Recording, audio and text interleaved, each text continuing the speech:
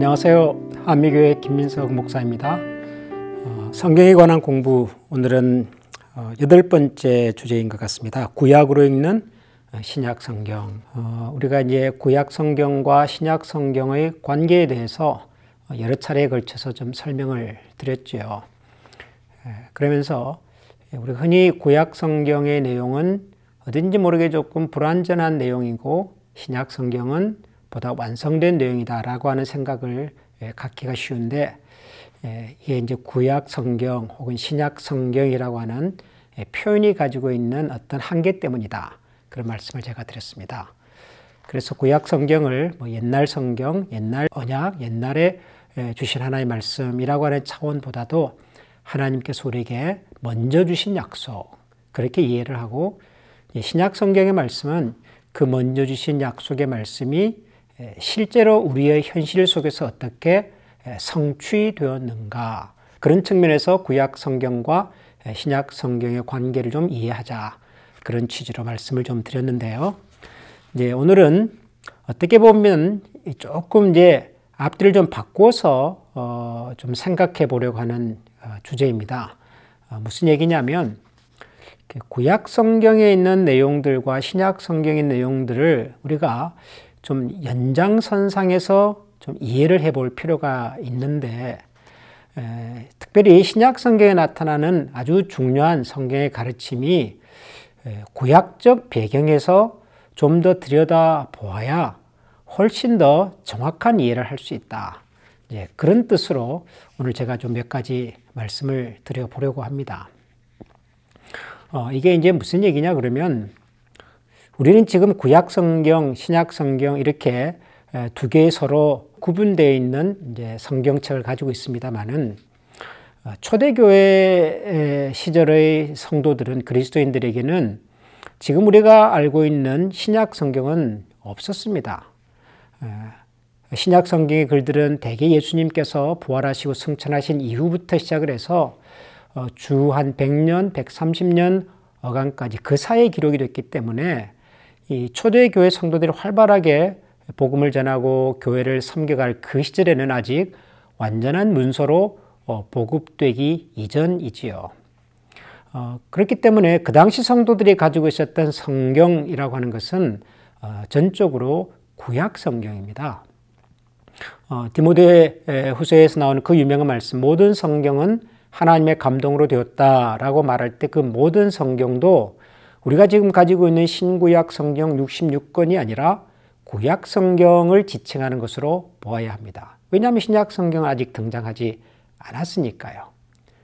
그러니까 우리가 알고 있는 이 초대교회 성도들, 이 신약 성경이 배경이 되는 그 시절 성도들의 신앙의 텍스트는 구약 성경이었습니다.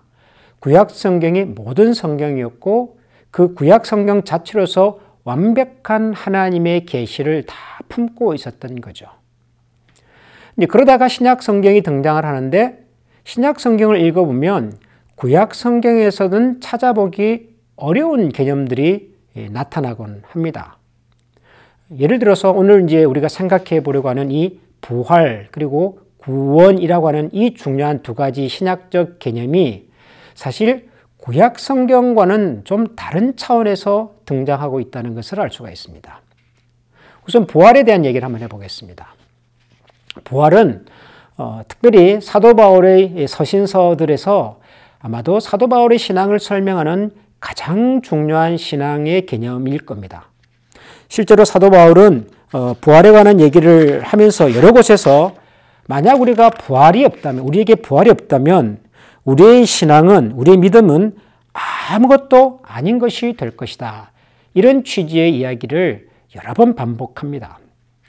부활은 설명할 필요가 없이 신약 성경이 우리에게 가르치는 가장 중요한 우리 신앙의 가치라 그럴까요? 중심이라 그럴까요? 우리 신앙의 아주 중요한 기둥 중에 하나입니다. 그런데 여러분, 구약 성경을 읽어보면 구약 성경에는 부활이라고 하는 개념이 거의 등장하지 않습니다. 부활은 물론이고 심지어는 내세, 천국, 이런 개념도 등장하지 않습니다. 자주 등장하지 않습니다. 거의 없다고 보셔야 합니다. 아마 이렇게 제가 설명을 하면 그게 무슨 말씀입니까? 성경에 보면 구약 성경에도 부활에 관한 내용으로 소개되고 있는 본문들이 있던데요 라고 질문을 하실 분들이 아마도 있을 겁니다. 예를 들면 사도행전 2장에 보면 사도 바울이 이제 오순절날 성령의 감동을 입고 모인 사람들에게 예수님의 부활에 관한 얘기를 합니다. 우리가 대낮부터 무슨 술을 많이 마셔서 취해가지고 우리가 이렇게 횡설수설하는 것이 아니라 우리는 지금 너희들이 십자가에 못 박아 죽였던 바로 그 예수 그리스도의 부활에 관한 증인들이다 라는 얘기를 합니다. 그러면서 사도 베드로가 거기에서 구약 성경을 한 곳 인용을 하는데요. 그 인용된 성경은 시편 16편 말씀입니다. 다윗이 썼던 것으로 우리가 알려져 있는 그 구약 성경 시편 16편의 말씀을 인용을 하면서 예수님의 부활을 설명을 합니다. 그 말은 무슨 말이냐 그러면은 시편 16편에서 다윗이 고백했던 그 내용이 곧 예수님의 부활과 관련된 내용이다 라는 얘기겠지요. 그러나 여러분 다윗이 시편 16편을 쓸 때 정말로 예수님의 부활을 염두에 두고 그런 고백을 했을까? 그건 사실 말하기가 어렵습니다. 물론 시편의 내용을 읽어보면 그 내용이 다윗 자신만을 두고서 말한 것이라고 보기에는 어려운 부분이 있습니다. 그러나 다윗은 예수님이 오시기 전에 최소한 한 900년 그 정도 이전 분이신데 900년 전에 살았던 다윗이 그 900년 후에 오실 예수님의 부활을 생각하고 시편 16편을 기록했다라고 보기에는 좀 어려운 측면이 있습니다. 그것보다는 그 당시 다윗이 처했던 어떤 공경 속에서 하나님에 대한 그 신앙의 깊은 고백을 표현한 것으로 이해하는 것이 더 맞을 겁니다. 그러나 다윗의 그 고백과 표현이 예수님의 부활을 설명하기에 아주 좋은 배경이 된 것은 사실인 것이지요. 그래서 베드로는 사도행전에서 예수님의 부활을 설명할 때 구약 성경을 인용은 하고는 있으나 다윗이 했던 그 고백이 정확하게 예수님의 부활에 대한 얘기다라고 말하기에는 좀 어려운 측면이 있습니다. 그것을 빼고는 거의 구약 성경에 부활이 등장하지 않습니다. 그러면 구약 성경에서 자주 등장하지 않았던 이 부활이라고 하는 개념이 갑자기 신약 성경에는 어떻게 등장하게 된 것일까요?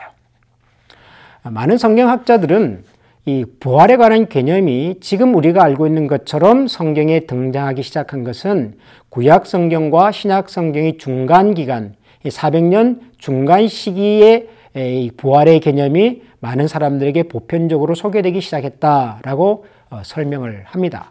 그리고 그 중간 시기에 등장했던 부활의 개념이 이제 신약 성경을 기록했던 기자들에게 전달이 되면서 훨씬 더 풍부하게 부활의 신앙이 확립이 되었다고 보지요. 그렇다고 해서 없던 부활의 신앙이 생겼다 그렇게 말하는 것은 아닙니다. 구약 성경을 읽어보면 사실 이 부활이라고 하는 것은 대개 이런 거죠. 우리가 어떤 공경과 어려움을 만났을 때 이 공경과 어려움을 극복할 수 있는 우리의 소망의 메시지로 사실은 부활이 있습니다. 비록 우리의 몸을 이 땅에서는 죽이는 권세가 있다 할지라도 우리의 영혼까지는 죽이지 못하는, 오히려 우리의 영혼은 영원히 살아서 다시금 하나님의 나라의 그 영광과 감격을 누리게 될 그 소망이 있기 때문에 이 땅에서의 어려움과 환난과 고통을 우리가 능히 이겨내는 것이지요. 이것이 우리가 가지고 있는 부활의 신앙의 근본입니다. 그렇다면 구약 성경에 등장했던 성도들에게는 그들의 공경을, 어려움을, 아픔을 만났을 때 그 공경과 어려움을 무엇을 생각하면서 어떻게 감당을 했을까요? 그들은 이 부활의 신앙이라고 하는 표현을 사용하지는 않지만 대신에 하나님을 가까이 하는 것이라고 하는 표현들을 씁니다. 예를 들면 시편 73편을 읽어보면 시편 기자는 자신의 인생에 찾아온 고통스러운 아픔 속에서 혹은 왜 의로운 사람들은 이렇게 고난과 어려움 가운데서 힘들어하는데 악인들은 평강을 누리고 날마다 승승장구하는가 하는 현실을 보면서 그가 고통 가운데 부르짖다가 그가 발견하는 것은 하나님께 가까이 하는 것이 나에게 복이구나 하는 것을 깨닫습니다.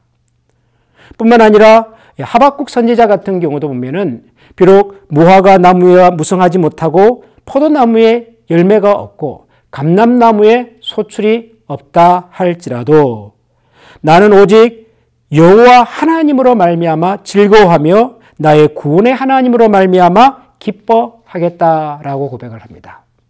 구약시대의 성도든 신약시대의 성도든 동일하게 환난과 이유를 알 수 없는 고통과 좌절 앞에서 신음할 때 구약의 성도들은 하나님을 가까이 함으로써 그 시련과 어려움을 극복하려고 애를 썼고 하나님을 알고 하나님을 더욱더 깊이 깨달아가는 것이 바로 우리를 그런 고난과 시련 가운데서 우리를 건져내는, 우리를 극복하게 만드는 신앙의 저력이라고 고백을 했고 신약시대의 성도들은 그것을 부활의 신앙으로 고백을 했던 것이지요. 그러니까 구약시대든 신약시대든 그것이 부활의 신앙으로 고백이 되든 아니면 하나님을 가까이 하는 것으로 고백이 되든 핵심은 뭐냐 하면 우리가 하나님의 다스림을 받고 하나님을 가까이 하게 됨으로써 우리에게 찾아온 시련과 아픔을 능히 극복해 내시는 하나님이 우리에게 있다라고 하는 사실입니다. 하나님이 바로 우리를 지금도 다스리고 계시다는 사실인 거죠. 만약에 우리가 이렇게 부활의 개념을 구약 성경에 나타났던 성도들이 삶의 어려움을 극복했던 그들의 고백과 연결해서 생각을 해본다면 부활의 신앙이 정말 우리에게 약속하는 것은 물론 우리가 언젠가 죽어서 다시 태어나고 다시 살아나고 그래서 하나님 나라에서 다시 살게 될 그 소망을 갖는 것이 우리가 부정할 수 없는 우리 신앙의 가장 중요한 가치이지만 동시에 그 부활의 신앙은 바로 지금의 나를 살아가는 우리에게 필요한 신앙의 고백이라는 생각을 하게 되는 것이지요. 부활의 신앙이 우리에게 필요한 것은 장차 우리가 가게 될 그 천국에서만이 아니라 지금 이 땅을 살아가는 우리에게 필요한 실제적인 신앙의 힘과 능력이 되는 것으로 이해할 수 있다는 것입니다. 신약 성경에 등장하는 부활의 개념을 구약 시대에 살았던 성도들이 그들의 삶에 찾아왔던 고난과 아픔을 어떻게 극복해 갔는가 하는 것과 연결해서 이해해 볼 때 부활의 개념을 좀 더 실제적으로 구체적으로 우리는 깨닫게 될 수 있는 것입니다. 여기서 한 걸음 더 나아가서 구원에 관한 얘기를 생각할 때도 저는 마찬가지라고 생각을 합니다. 우리가 보통 구원이라고 하는 말을 들을 때 가장 먼저 떠오르게 되는 것은 대개 죽은 다음에 가는 천국입니다. 구원이라고 하는 것은 우리가 세상을 떠나서 장차 영원한 하나님의 나라로 들어가는 그것을 우리가 구원이라고 생각을 하지요. 맞습니다. 우리가 이 땅을 떠나면 영원한 생명이 있는 곳, 더 이상 슬픔과 눈물이 없는 하나님의 품 안에서 살게 될 그 천국에 들어가게 될 것을 우리 모두는 확신합니다. 그런데 이 구원이라고 하는 단어가 구약 성경에서는 좀 다르게 사용되고 있는 것을 알 수가 있습니다. 우선 앞서 말씀드렸던 것처럼 구약 성경에서는 우리가 가지고 있는 내세라든가 혹은 부활이라든가 이런 개념들이 많지가 않았습니다. 그래서 그들에게의 구원은 죽었다가 들어가는 어떤 곳이 아니라 그들이 실제로 살아가는 삶의 현장 속에서 경험하는 어떤 특별한 감동과 또 승리의 기쁨이었습니다. 예를 들면 구약 성경에 등장하는 이 사무엘의 어머니 한나는 그가 자녀가 없어서 참 슬프고 고통 가운데 신음하다가 마침내 하나님께서 그녀에게 아들을 허락해 주셨습니다. 그럴 때 이 한나는 하나님께서 주신 이 구원을 하나님의 도우심이라고 하는 말로 표현을 합니다. 하나님이 나를 도왔다라고 하는 말과 하나님 나를 구원했다라고 하는 말이 같이 등장을 하는 거지요. 한나에게 있어서의 구원은 하나님께서 내 형편을 아시고 나를 도우셔서 아들을 주신 것이었습니다. 그런가 하면 이스라엘 백성들이 구약시대에 이방 민족들과의 전쟁을 통해서 경험했던 구원은 전쟁에서의 승리였습니다. 이방 민족과의 승리를 통해서 하나님께서 우리를 저들의 손에서 구원해 주셨다라고 고백을 하지요. 그런가 하면 선지자들의 글을 읽어보면 하나님의 공의로운 다스림, 공의로운 심판이 역시 구원과 동의어로 등장할 때도 있습니다. 그러니까 구원이라고 하는 것이 구약 시대를 살았던 사람들에게는 하나같이 그들이 만났던 공경과 재난에서 건져주시는 하나님의 현재 혹은 하나님의 임재, 하나님의 현현이라고 말할 수가 있습니다.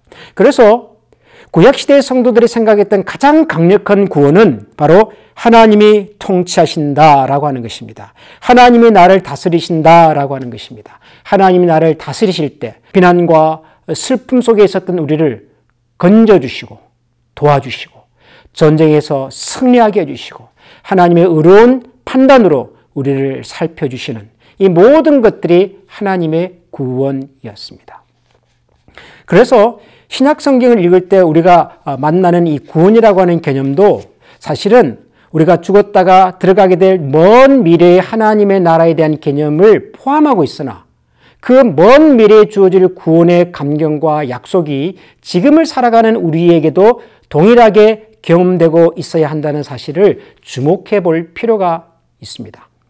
구원이라고 하는 말 자체가 그래서 신약 성경에서는 때로는 과거의 어느 시점에서 우리에게 주어진 선물과 약속으로 표현되기도 하고 어떤 곳에서는 먼 미래에 우리에게 나타날 증거와 성취로 표현되기도 하고 또 어떤 곳에서는 지금 이곳에서 우리가 힘써 이루어가고 있는 것으로도 표현이 되고 있습니다. 날마다 힘써 구원을 이룬다. 이런 표현들이 바울의 서신에 나타나는 이유가 바로 그것이지요. 그러니까 우리가 구원이라고 하는 말을 이해할 때도 신약 성경에서 등장하는 이런 다양한 구원의 개념의 뿌리와 배경이 사실은 구약 성경에서부터 시작이 되었다라고 하는 것을 이해할 필요가 있는 것입니다. 좀 어려운 표현이긴 하지만 이것을 성경학자들은 하나님의 계시의 어떤 점진적인 발전 이런 표현을 씁니다. 하나님께서 뭔가 우리에게 가르쳐주고 싶었던 굉장히 중요한 핵심적인 가르침과 교훈이 구약 성경 시대에는 마치 하나의 씨앗처럼 마치 닭의 알처럼 이런 모양으로 어떻게 보면 정확하지도 않아 보이고 눈과 코와 입도 잘 구별이 되지 않고 여기에서 장차 어떤 모양의 나무가 나타날지 알 수는 없는데 그것이 신구약 성경의 오랜 세월을 거치면서 하나님께서 정하신 그 때가 되었을 때 오래전에 심었던 그 씨앗이 구체적인 어떤 나무의 형상을 띠고 오래전에 품었던 그 알이 구체적인 어떤 생명체의 모양으로 드러나는 것처럼 성경이 우리에게 보여주려고 하는 하나님의 계시도 구약 성경에서 시작이 되어 오랜 성경의 역사의 과정을 거쳐서 신약 시대에는 구체적으로 우리가 보면은 충분히 이해하고 깨달을 수 있는 모습으로 드러나게 되었다라는 것입니다. 이것을 역사의 긴 흐름 속에서 점진적으로 발전되어 왔다라고 설명을 하는 것입니다. 카메라를 좋아하시는 분들, 사진 찍는 것을 좋아하시는 분들은 요즘은 모든 것이 자동으로 찍히기 때문에 그런 경험이 많지는 않습니다만은 옛날에 수동 카메라를 가지고 사진을 찍을 때를 한번 상상해 보십시오. 우리가 사진을 찍기 위해서 피사체에다가 렌즈를 고정하고 그 다음에 우리가 해야 될 가장 중요한 일이 포커스를 맞추는 것 아니겠습니까? 포커스를. 렌즈를 이렇게 좌우로 돌려가면서 포커스를 맞춰보면은 뒤에 배경이 희미하게 있던 것이 점차 뚜렷하게 보일 때가 있습니다. 처음에는 희미하게 보였던 피사체가 인물이, 대상이 포커스를 맞춤에 따라서 아주 정확하고 뚜렷하게 보이는 어떤 시점이 나타나게 되는 것이지요.